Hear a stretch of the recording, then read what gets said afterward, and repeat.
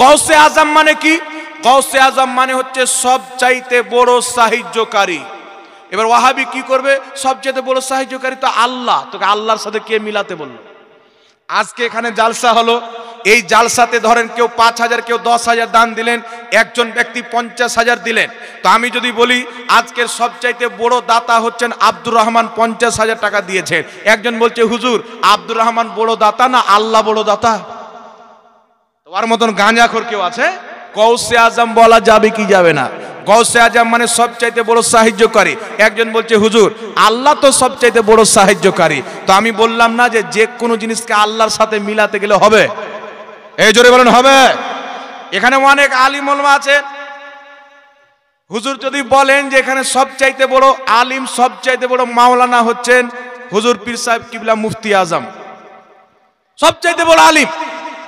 তো কেউ যদি বলে কোরআন পাকের মধ্যে তো আল্লাহকে আলিম বলা হয়েছে, তো আপনি আজকের মৌলভী সাহেবকে সবচাইতে বড় আলিম বলছেন, তো শিরিক হয়ে গেল না?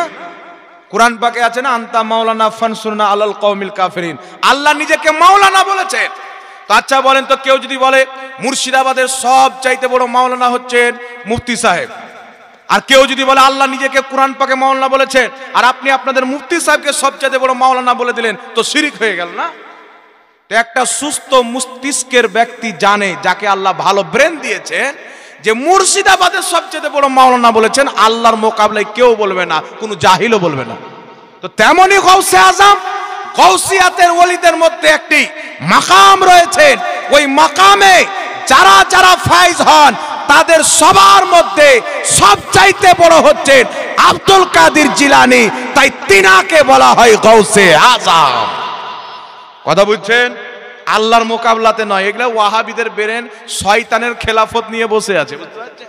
এখন শয়তান আরাম করছে, কাজ এরাই চালাচ্ছে। আল্লাহ হেদায়েত দান করুক, সকলে পড়েন আল্লাহুম্মা আমিন।